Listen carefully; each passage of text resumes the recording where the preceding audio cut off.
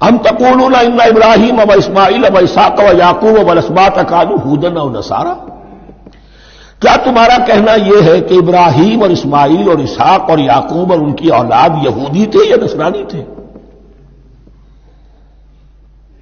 تم جو کہتے ہو کہ یا یہودی ہو جاؤ یا نصرانی تب ہدایت پاؤ گے، تو ابراہیم یہودی تھے یا نصرانی؟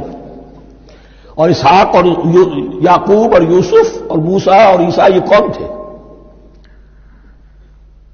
یہی بات آج مسلمانوں کو سوچنی چاہیے۔ محمد الرسول اللہ اور ان کے اصحاب دیوبندی تھے یا بریلوی تھے یا اہل حدیث تھے یا شیعہ تھے یا سنی تھے؟ ان تقسیموں سے اوپر ہونے کی ضرورت ہے۔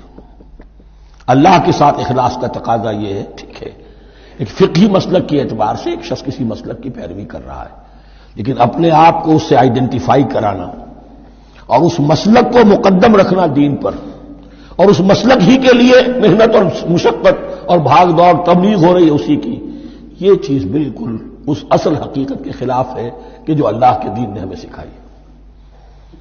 ام تقولون ان ابراہیم و اسماعیل و اسحاق و یعقوب والاسباط کانوا ھودا او نصارا قل انتم اعلم ام اللہ، کہیے ان سے کہ تم زیادہ جانتے ہو یا اللہ زیادہ جانتا ہے۔